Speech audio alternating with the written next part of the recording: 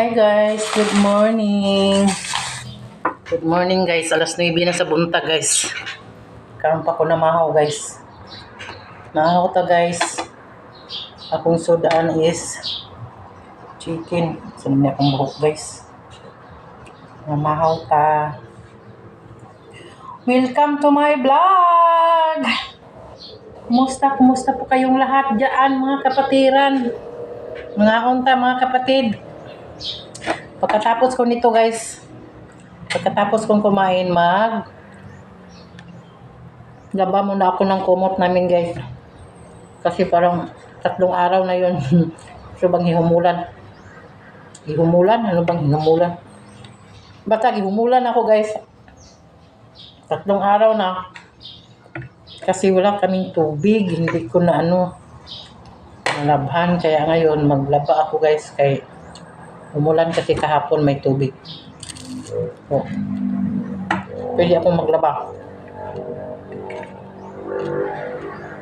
Kasi may tubig nga.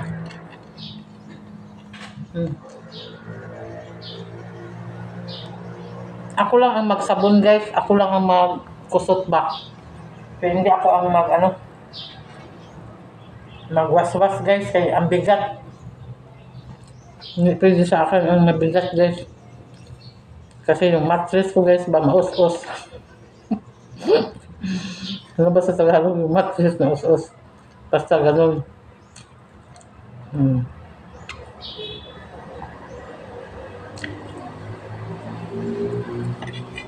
Ngayon lang ako kumain guys kasi nagkape man ako kanina. Kumain ako ng bread. Kaya ngayon, pagkatapos kong nag-walking kasi ako. Kaya ngayon pa ako kumain. Nag-walking ako parang 20 minutes lang ata yun. Pero okay na yun guys. Ang importante nakapag-walking tayo kahit sandali. Yung mga kabukugan natin.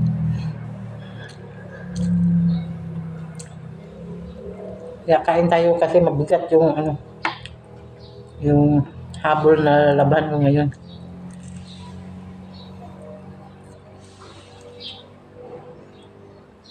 Ang dami na namang langaw dito ngayon guys. Parang may talaga dito ba yung bang may buwan talaga na maraming langaw. Yan. Hindi ka makatulog kasi ang daming langaw. Hindi ka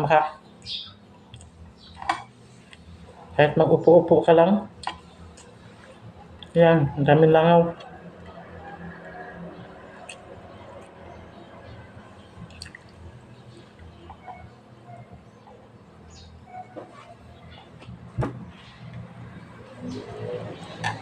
Napakainit na guys. Sobrang init na.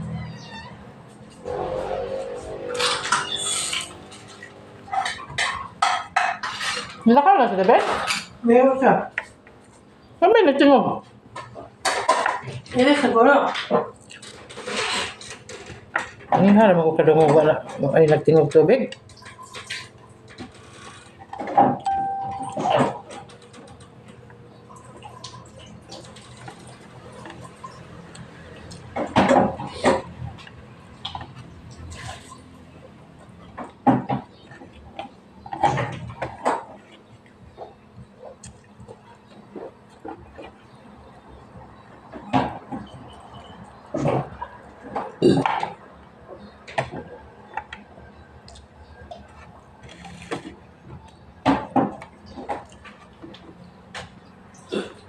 Ayan guys, maglaba ako ng kumot guys.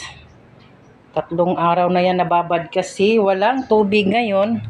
Umuulan kahapon so mayroon na kaming tubig guys. So maglaba tayo guys. Ayan.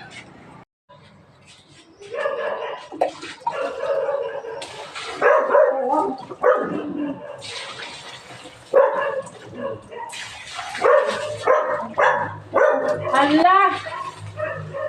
Dong, tagay ko brass! Dong! Walay brass! Brass guys.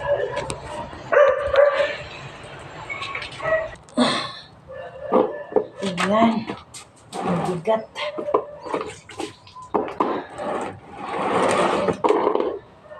Yan, maglaba tayo guys.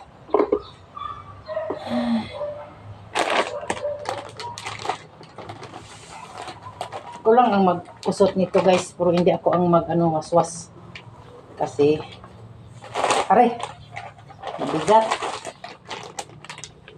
Ayan.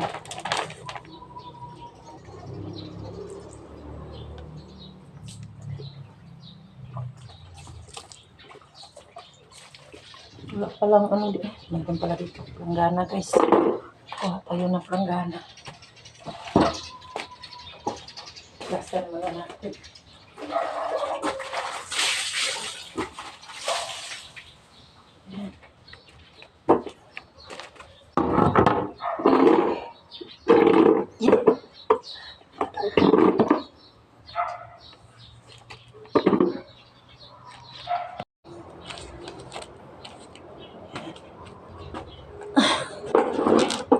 Ay, nigla pa. Pagkainit na guys.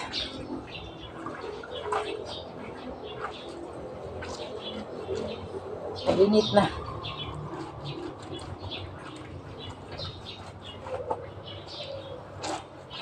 Dito, pag umuulan lagi, ayan, pwede kang maglaba araw-araw. Pero kung walang ulan guys, hindi ka pwedeng araw-araw maglaba. Kasi walang tubig. May tubig dito guys. Anong 2 bisis sa isang linggo. Magpaagas. Paagas na ng tubig yung may-ari ng. Kasi hindi nawasa yung tubig namin dito guys. Deep well yung tubig nila ba. Gamit ay ginagamitan ng kuryente para may tubig. Kaya ayan.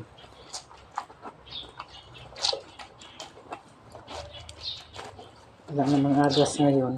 So, umulan naman kahapon, makapaglaba tayo.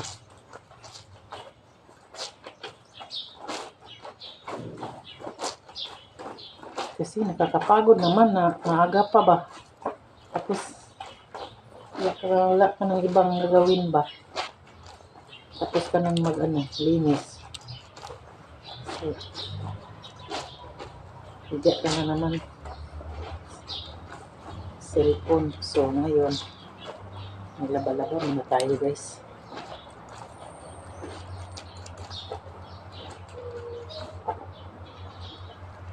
Alam niyo guys, yung kabataan ko noon, napakahirap ng sitwasyon ko guys. Ilang taon lang ako noon? 14 or 13 years old. Kami, 8 kaming magkakapatid.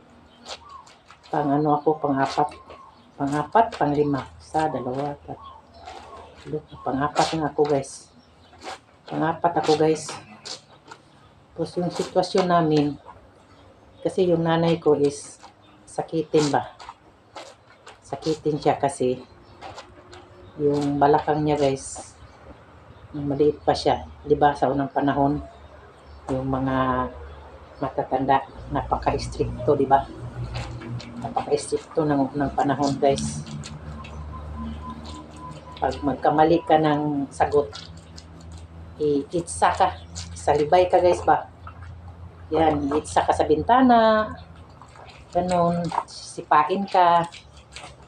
Ganon ang nanay ko. Nasipa yung niya, balakang. So, sakitin siya guys. So, yung nag-asawa na yung panganay namin. Tapos, yung pangalawa naman, sinama niya. Tapos, ang sunod is, lalaki. Hindi rin naman pwede kasi may diferensya siya guys. Hindi siya masyadong makarinig. Ayan. So, ako ang kung ano yung wala sa amin. Ako talaga ang kikilos. Kasi, yung tatay ko, nagtrabaho naman ng company guys. Iwan ko ba sa unang panahon, ang liit ng sahod, pero mura lang naman ang bilihin. Pero iwan ko, napakahirap pa rin ng buhay namin kasi ang dami namin. Tapos ang tatay ko is nagiinom ba guys, palahubog, nagsusugal, so ganyan, ganun ang buhay namin noon. Tapos, yung bang, ang style noon guys, yun bang hihingi ka ng limit ang tawag noon guys. Kasi pag ang company noon, may kantin na malaki guys. Kumpleto talaga. Tapos, kailangan pa namin humingi ng limit para sa grocery. Para makabili kami, makakuha kami sa kantin ng pagkain, mga bigas, ganon. Kasi, lagi kaming overdraft lagi yung tatay ko. Ganon ang sitwasyon, ganon kahirap guys. Tapos yung opisina nila, ang main nila na opisina guys, mga pa guys, ilang oras. Mga 2 oras pa yung biyahiun guys. Tapos, ang sasakyan guys, kasi company ng mga truso, no? Ang sasakyan yung laging truck, ang tawag ba, laging truck, yung kargahan ng mga malalaking truso ng mga kahoy sa unang panahon guys, yung kabataan ko. Oo, puno yan guys, puno. Tapos yung daan, ano bang tawag sa daan? Yung mga kalsada guys na dadaanan ng sasakyan is, kasi bundok sa bukid kami. Yung pangpang talaga guys, pangpang. Yung kantil na ba yung tawag, yun patay ka talaga pag nataga ka doon. Ako, kasi laging truck, ang sakay lang doon is driver lang ang pwedeng makasakay at saka isang pasahero. Ay o 2 lang sila pwedeng magsakay doon. Siyempre, hindi ka na makasakay sa loob. Doon ka talaga sa labas guys. Alam mo guys, doon talaga ako sa labas talaga ako guys. Hawak lang ako ng hawak lang ako. Tapos, wala, parang hindi wala sa oras sa isip ko yung takot ba. Wala talaga. Minsan nga lasing pa yung driver guys, nako. Pero wala pa rin sa isip ko kasi yung nasa isip ko, makakuha ako doon makapunta ako sa opisina, sa main office ng tinatrabahoan ng tatay ko, ng tawag nila limit. Yun bang manghingi ka doon, manghangyo ka ba guys ba, manghingi ka ng makakuha ka ng mga bigas sa kantin. Oo, para makakuha ka doon. So, manghingi ka. Kailangan mo pang magbiyahe guys ng 2 oras at saka yung sasakyan, laging truck yung sasakyan ko. Yung kargahan ng mga truso noon na malalaki, ng mga truso, mga lawaan, mga ganun. Sa kumpanya na tinatrabahoan ng tatay ko, ganun kalayo guys. Ganun kahirap. Wala sa isip ko wala, kasi bata pa ako wala sa isip ko yung takot. Ang nasa isip ko guys, yung makakuha ako ng kibali kwarta ba, para makabili kami ng pagkain sa kantin. Pagkain namin bigas. Yun guys, yun ang buhay ko. Tapos, pagdating ko nang makakuha ng pangbili ng pagkain namin, bigas namin, doon sa opisina ng sinatrabahoan ng tatay ko. Kasi hindi pwede ang nanay ko doon guys, pagdating doon, papunta na ako ng kantin. Oo, bibili na ako. Mura lang naman ng bigas noon. Dala-dala, pasan ko yung bigas guys, na mga 40 kilos na bigas guys. Ako lang ang magdala doon noon. Magbaklay babaklay, ba ang tawag ng, basta magbaklay pa ko guys, ug mga 1 kilometer na baklay guys. Dala-dala ko yung bigas, pasan ko yung bigas guys. Ganun ako bata pa ako naging ano na ako, independent ba. Kaya hanggang ngayon, tumanda ako. Independent ako kung anong hirap na pinagdaanan ko. Hindi ako humingi sa mga kamag-anak, mga kahit sino hindi ako humihingi. Nagdasal lang talaga ako guys. Kung ano yung mga hirap ko guys, kung ano yung mga problema ko. Sa taas lang talaga ako nagdasal.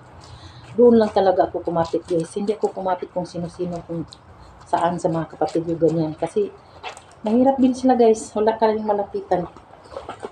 Ganun ang buhay ko guys. Pasan-pasan ko yan guys.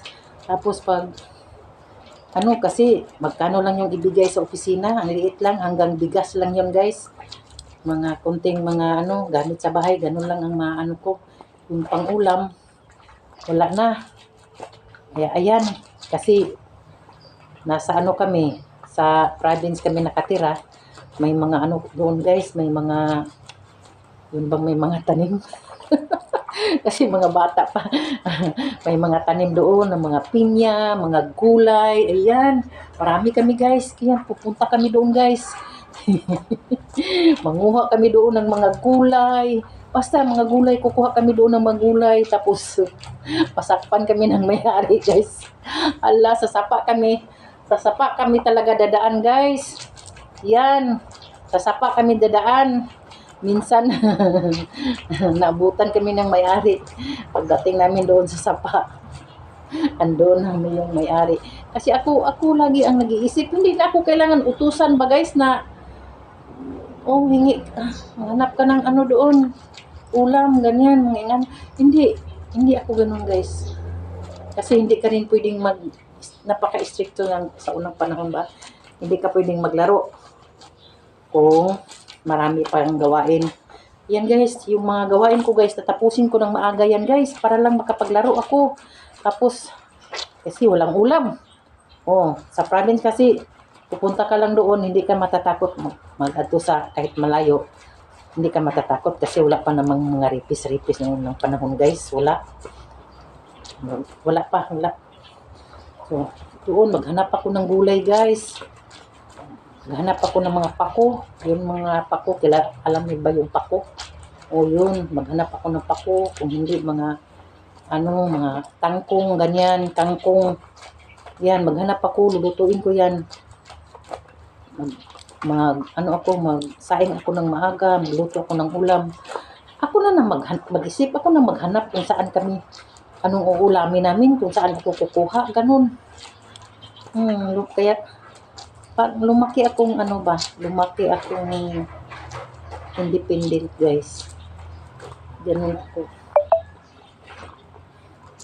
Ano yung problema ko, ako lang ang maghanap ng solusyon, mga ganun ba. Hindi na ako, kaya bata pa ako guys. Sa taas talaga ako kumapit sa Panginoon. Kasi independent kasi ako eh. Hindi ako mahilig manghingi o manghingi ng tulong, hindi. Doon ako sa kanya kakapit sa taas. Kung ano yung mga problema namin, pangangailangan namin. Ganun kahirap yung Pero ngayon, ang mga bata ngayon guys, nako.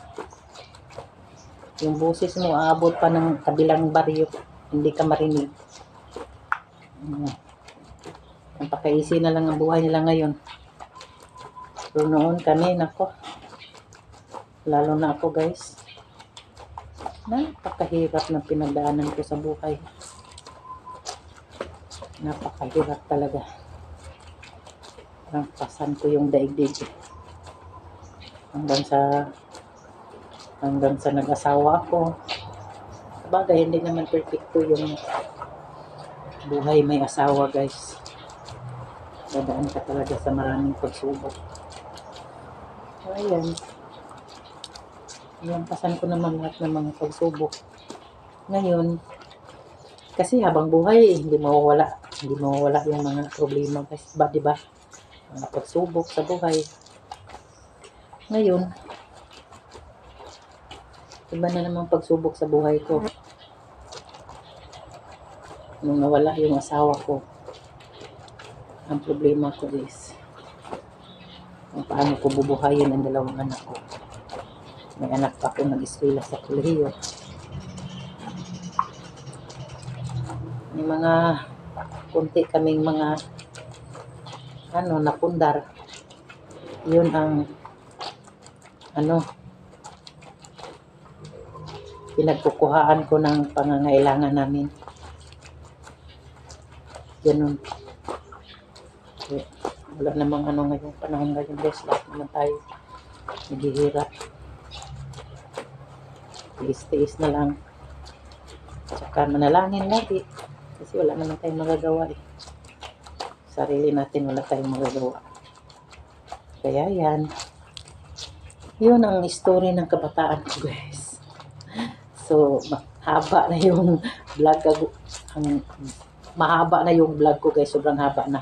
So, hanggang dito na lang. Thank you for watching guys. Sana sa hindi pa subscribe. Please subscribe. Subscribe, comment, and share naman dyan mga kapatid. Thank you for watching. Bye-bye. God bless po sa inyong lahat.